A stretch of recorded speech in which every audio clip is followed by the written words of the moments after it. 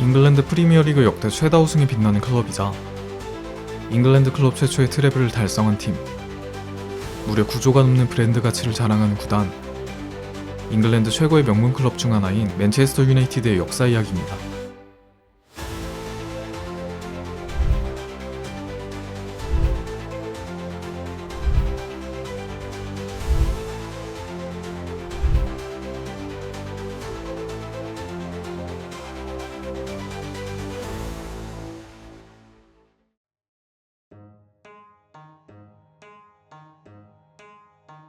(19세기) 후반 제2차 산업혁명으로 산업화가 한창이던 영국에는 거대한 공장들이 들어선 도시들이 하나둘 생겨나기 시작했습니다. 수많은 노동자들의 급격한 탄생에 이들을 하나로 묶는 노동조합이 만들어졌으며, 그들의 결속력을 더욱더 단단하게 하기 위해서 스포츠 같은 팀 단위 운동보다 좋은 수단은 없었습니다. 고상함을 추구하던 테니스, 크로켓, 조정같이 일정한 경기장, 장비가 필수였던 귀족들의 놀이와 달리 축구는 넓은 부지에 공만 있다면 어디서든 즐길 수 있다는 명확한 장점이 있었고, 자연스레 절대다수를 차지하던 노동자들의 취미로 발전하게 되며 축구종과 영국의 독자적인 문화로 꼽히게 되었습니다. 마찬가지로 1878년 랭커셔인 요크셔라는 철도회사의 근무자들이 만든 실업팀이었던 맨유는 뉴터니스 FC란 이름으로 창단하게 됩니다. 당시에는 유니폼도 우리가 아는 빨흰 조합이 아닌 좌우로 노란색과 초록색을 조합한 유니폼이었습니다. 1892년엔 철도지부와 관련을 끊고 독립적인 클럽이 되었고, 공식적인 풋볼리그에도 참가합니다. 1902년엔 2,500파운드의 부채로 인해 클럽이 위기에 빠졌지만 잘나가던 사업가였던 존 헨리 데이비스의 투자를 받아 위기를 모면할 수 있었습니다. 어떻게 투자를 받아냈는가에 대해선 재밌는 일화가 하나 존재하는데, 당시 팀의 주장이었던 해리 스태퍼드는 기금모금 행사에 자신의 개인 세인트 버나드를 데려갔고, 데이비스는 그에게 한눈에 반해 개를 사고 싶다는 부탁을 합니다. 스태퍼드는 처음엔 거절했지만 그가 잘나가는 사업가인 것을 알아채고 개를 파는 대신에 자신이 뛰는 축구팀에 투자를 해달라는 부탁을 합니다. 이 딜은 기적적으로 성공했으며, 이 강아지가 아니었다면 지금의 맨유는 어떻게 됐을지 모르는 일입니다. 한편 이때쯤 맨체스터 지역의 여러 팀이 병합하며 팀명을 맨체스터 유나이티드로 바꿨고, 유니폼 역시도 우리가 잘 아는 빨간색 흰색 조합으로 바뀝니다. 더해서 데이비스의 자본 덕에 6만 파운드란 거액을 들여 토지를 구입해 그곳에 새로운 구장까지 짓는데, 이 경기장이 바로 우리가 잘 아는 올드 트래포드입니다. 맨유의 100년이 넘는 역사는 단 3명의 감독의 이야기로 요약이 가능합니다.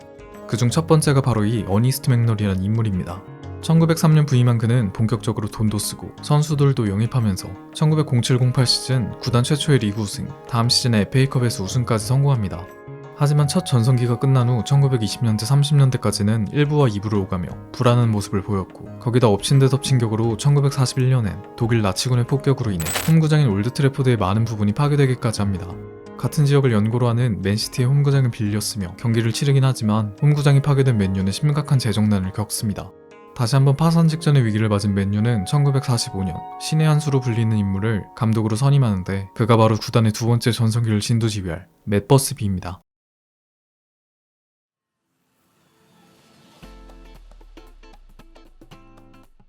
본래 리버풀 출신이었던 버스비는 리버풀의 수석 코치 자리를 버리고는 본인이 팀을 주도적으로 이끌고 장악할 수 있는 맨유로 향했습니다. 구단도 그에게 팀의 선수 선발권 및 이적 관리, 훈련 방법, 유소년 팀에 대한 전적인 권한을 부여한다는 조건으로 계약하였고, 그는 고주급자들을 적극적으로 방출하고 스카우팅 시스템을 확장시켜 잉글랜드 곳곳에 있는 재능들을 발굴하는 현대적인 유소년 프로젝트를 가동합니다. 그 결과 루키들이 성공적으로 데뷔 무대를 치렀고, 51-52 시즌엔 리버풀을 제치고 리그 우승에까지 성공합니다. 이는 팀의 세 번째 우승이자 41년 만의 리그 트로피였습니다. 특히 1955년엔 팀의 평균 나이는 무려 22세였으며 당시 언론으로부터 맨유는 버스비의 아이들이란 별명으로 불리며 전성기를 구가, 55-56 시즌과 56-57 시즌 역시도 2연속으로 리그 우승을 거뒀습니다. 비슷한 시기인 1955-56 시즌, UEFA는 챔피언스 리그의 전신이라고 할 수 있는 유럽 클럽 대항전으로 유러피언컵이란 대회를 창단하게 되었습니다. 당시 유러피언컵은 지금의 챔스와 달리 각 리그의 1위 팀만 모여서 진행하였고, 즉 전 시즌 우승팀이었던 54-55 시즌 잉글랜드 챔피언 첼시 FC는 출전 자격을 얻고 대회에 초대받았으나, 당시 보수적인 성향을 가지고 있던 잉글랜드 축구협회는 리그에 집중하라는 이유를 들며 대회에 참가하지 못하게 압력을 넣었고, 첼시는 이를 따를 수밖에 없었습니다. FA는 그 다음의 우승팀인 맨유에게도 똑같이 통보했지만 버스비는 이에 굴하지 않고 다음과 같은 이야기를 남기고 유러피언컵 출전을 감행합니다. 그렇게 처음 출전한 유로피언컵에서 맨유는 독일과 스페인의 강호, 도르트문트와 아틀레틱 빌바오를 차례로 격파하며 4강까지 올랐고 4강 상대는 저승사자 군단이라고 불렸던 디스테파노의 레알 마드리드. 아쉽게도 맨유는 여기서 레알에게 패배하고 말았습니다. 이때 맨유의 경기력에 반한 레알의 회장이었던 산티아고 베르나베우는 버스비에게 감독직을 제안했고 이에 대해 버스비는 다음과 같은 명언을 남기며 거절합니다.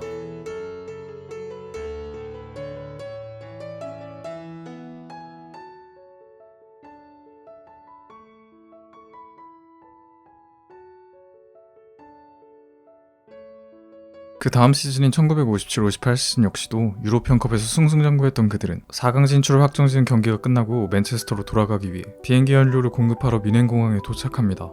하지만 폭설로 인해 비행기는 이륙하기 애매한 상황이었고 맨유는 FA에게 연락을 해 일정을 미뤄줄 것을 요청합니다. 그러나 유로피언컵에 참가하는 맨유를 못마땅하게 생각하고 있었던 FA는 일부러 일정 역시도 빡빡하게 짰으며 한술 더 떠 일정에 맞춰 돌아오지 않으면 승점까지 삭감하겠다는 엄포까지 놓습니다. 터무니없는 대답이었지만 맨유 선수단은 어쩔 수 없이 비행기에 올라타게 되고 3번이나 걸친 이륙 시도 끝에 비행기는 움직였습니다. 그러나 당시 활주로에 쌓인 눈 때문에 비행기는 이륙하기도 속도를 멈추기도 애매한 상황이 돼버립니다. 결국 비행기는 활주로 끝에 있는 펜스에 부딪힌 후 전방에 있는 민가와 충돌합니다.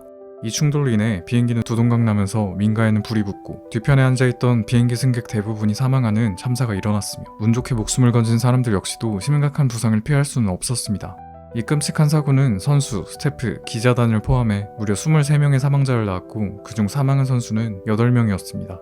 주장이었던 로저 바인, 팀의 주전 골잡이였던 토미 테일러, 그리고 마지막으로 맨유 역대 최고의 재능이라고 불렸던 던컨 에드워즈까지. 특히 그는 수비형 미드필더가 주 포지션임에도 살아있었다면 펠레 마라도나는 축구의 신이 되지 못했을 것이라는 당대 유명인들의 평가까지 있을 정도였습니다.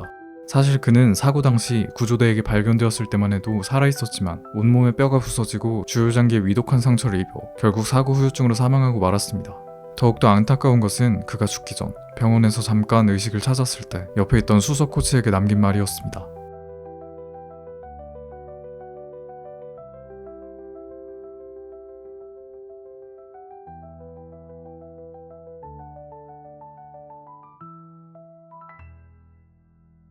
When I got out of the plane, the hoses, the firemen had arrived, so I must have had a blackout.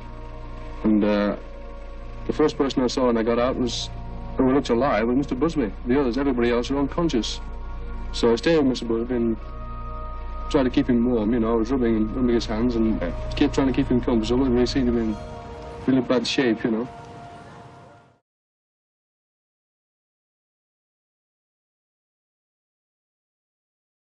감독인 버스비 역시도 심각한 부상으로 2개월 동안 의식이 없었으며 그는 기적적으로 의식을 찾았지만 팀의 상황을 듣고는 본인이 밀어붙인 선택 때문에 참사가 일어난 것이라고 자책했고 그 상황에선 축구에 관련된 무엇도 하기 싫었다고 후에 밝혔습니다.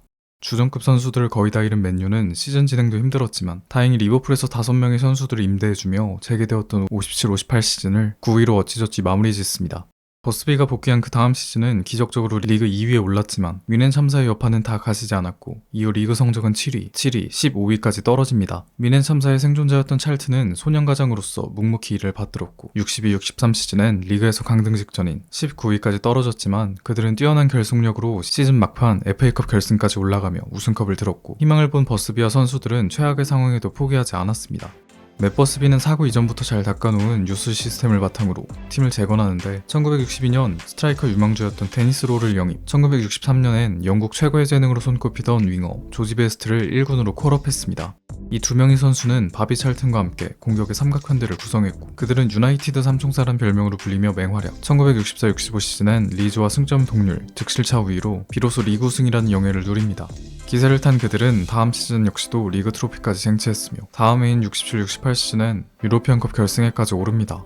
그 상대는 유럽의 펠레라 불리던 에우제비오가 이끄는 포르투갈의 강호 벤피카. 연장까지 가는 혈전이었지만 베스트와 샬튼의 대활약으로 맨유는 벤피카를 4대1로 꺾습니다. 비운의 사고로 바닥 끝까지 떨어졌던 맨체스터 유나이티드는 이렇게 비기어를 들어올리면서 사고 이전보다 더 높은 자리인 유럽의 최정상에 오릅니다.